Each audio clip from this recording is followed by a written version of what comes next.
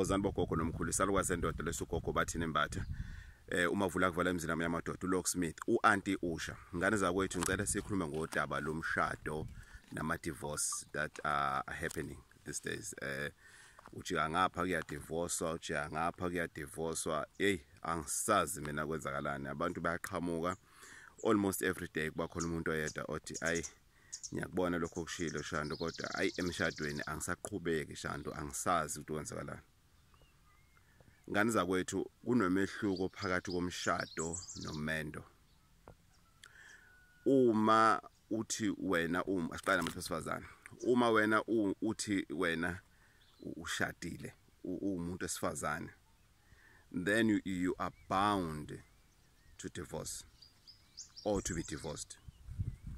But uma wena uthi ngiganile,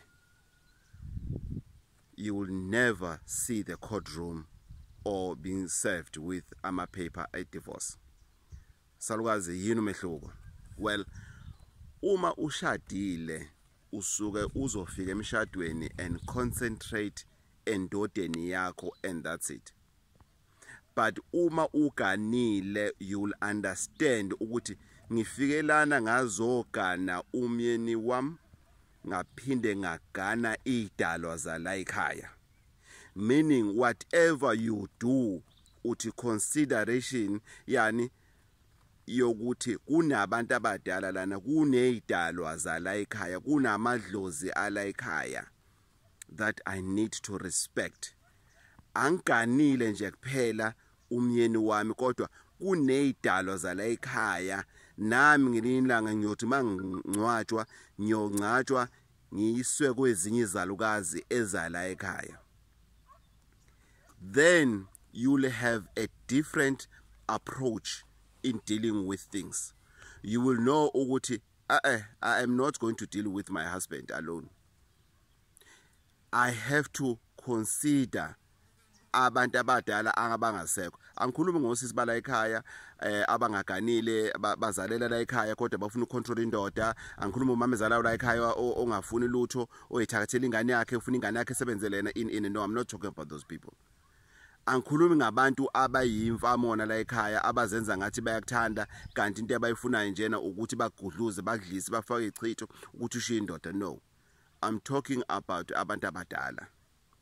Uma uyindoda othi ngiganiwe, kunomehluko phakathi kokuganelwa nokushadelwa. Mawuthi umuntu wesilisa uthi ngiganiwe, chaza ukuthi ngiganiwe abantu besinye isibongo bazogana la ekhaya esibongweni sala ekhaya.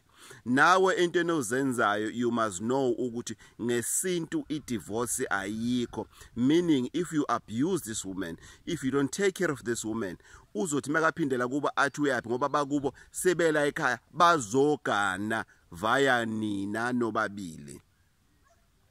Iyajula nenkulumo ngane zakwethu. Namhlanje ngithi akinixukuza ugebhezi nje kulesihlanu ukuthi before you decide ukuthi wena uyo divorce, what then is going to happen about lezidalwa lamathongo lamadlozi ase eganene kuzoyenzakalani nawe? Angikhumbula ukuthiwa kuyakwazi ukushisa impepho ukuthi kushwelezele ukuthi hayi umakoti seya divorce, umakoti asamthandi, umakoti this, umakoti uyahamba manje in. Ngiyabona abantu abaganene kwathelana ngezinyongo kwaba nodwendwe ngoba yikho into ekuthiwa umshado wesintu udwendwe. Kwaba nodwendwe kwasina kwabamnandi besathi umuntu I'm filing for divorce. What divorce? Athi umuntu angisamfunda la nyathelo khona lomfazi lona ngikhathela uyena. What are you talking about? Kanti ufazi kabani lo? Because yabona uma uyindoda mase kuthiwa uganiwe wokwazi ukuthi akusena wakho lomfazi owala ekhaya.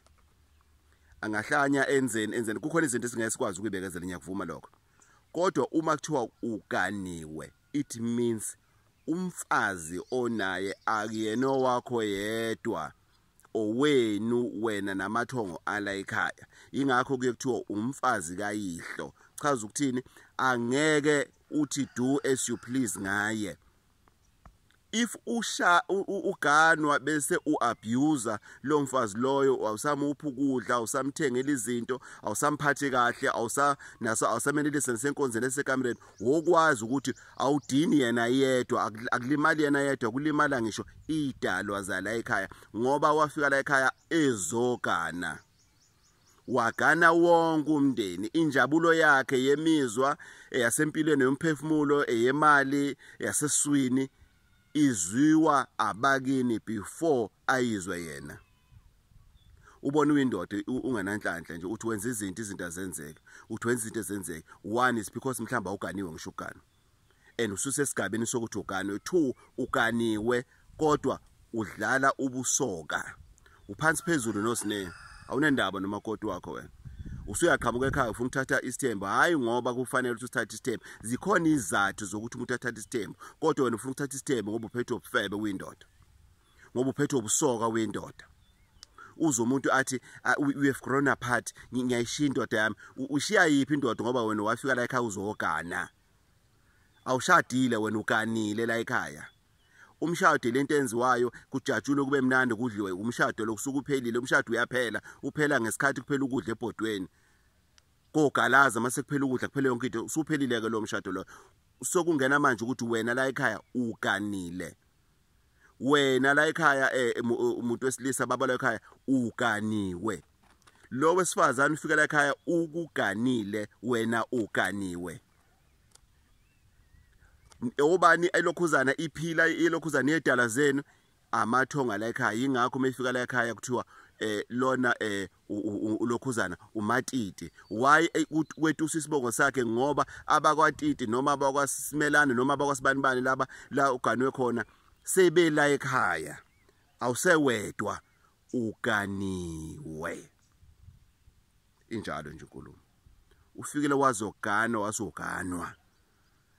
So when you think about a divorce after you've went through all the processes okuthelana ngenyongo zani, think again.